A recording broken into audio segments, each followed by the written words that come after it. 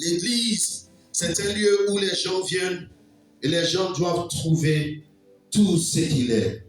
Car devant Dieu, il n'y a pas un invalide. Devant Dieu, il n'y a pas un invalide. Je vous donne un exemple qui se trouve dans le livre de Juge, chapitre 3, verset 15. Il y avait un homme qui n'avait qu'un seul bras. Que cet homme-là que Dieu a utilisé, le deuxième juge qui a tué le Moabite, c'était un homme qui avait un bras. C'était un homme qui avait un bras, qui allait sauver. Le peuple était oppressé, opprimé, et Dieu l'a utilisé pour aller sauver. Et certains d'entre nous, les servantes que nous avons, et certains qu'on les appelle boy, on s'amuse. On pense que ces personnes n'ont pas d'importance. Ces personnes ont de l'importance. Demandez à Naaman. Naaman, c'était un militaire, il avait tout, mais il avait un main. Et ce main-là, qui l'a complété? C'était la servante qui était dans la maison. C'est elle qui a parlé d'un prophète qui est là. Et si mon maître pouvait aller là-bas seulement, il aura sa santé entière. Et c'est grâce à cette femme-là, à cette dame-là, qu'il a eu la vie, il a eu la santé dans le livre des Rois, 2 Rois chapitre 5. Et nous voyons Jephthé. Jephthé aussi, c'est un enfant déshérité. Un enfant déshérité dont les gens étaient en train de se moquer même de lui. Ils l'ont chassé de la maison. Ils l'ont chassé de la maison. Les enfants légitimes l'ont chassé de la maison parce qu'on dit que c'est un enfant de prostituée. Il allait se vagabonder quelque part.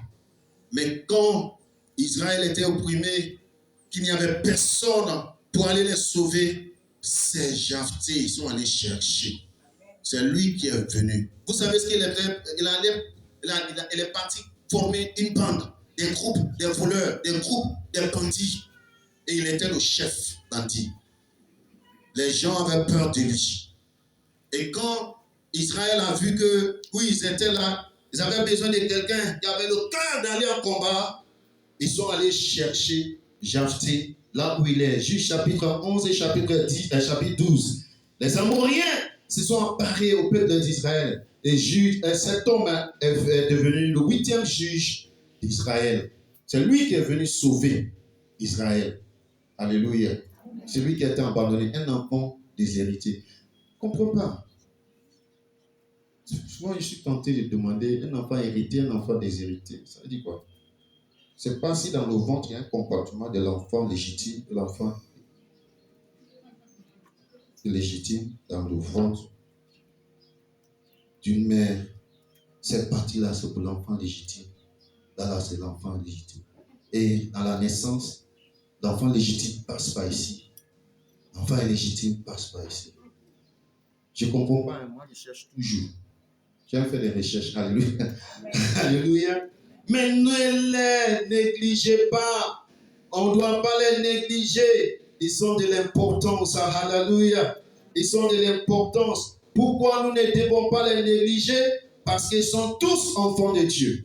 Pourquoi nous ne devons pas les négliger? Parce qu'ils sont tous aimés de Dieu. Nous ne devons pas les négliger parce qu'ils sont tous les premiers. Comment on appelle? Les prunelles, les yeux de l'Éternel. Alléluia. Pourquoi nous ne devons pas les négliger? Parce que nous sommes tous égaux aux yeux de l'Éternel. Laissez-moi vous dire, devant le jugement de Dieu, nous sommes tous égaux. Tu vas venir répondre à tes actes, comme eux aussi vont venir répondre à leurs actes. On néglige tout. On néglige jusqu'au point même, par moment, on néglige même les serviteurs de Dieu. Vous avez vu dans la Bible où les serviteurs de Dieu ont décidé d'aller faire d'autres choses. Pourquoi? Parce qu'ils étaient négligés. Et les sacrifices du peuple de l'Éternel n'étaient pas acceptés devant Dieu. Parce qu'ils ont négligé les serviteurs de Dieu, donc le sacrifice était négligé. Dans le livre de Malachie, chapitre 2, chapitre 3, la Bible dit qu'ils venaient avec des sacrifices qui n'étaient pas, n'est-ce pas, honorables devant Dieu. Les sacrificateurs ont décidé de faire d'autres choses. Certains d'entre nous, Ça nous fait plaisir.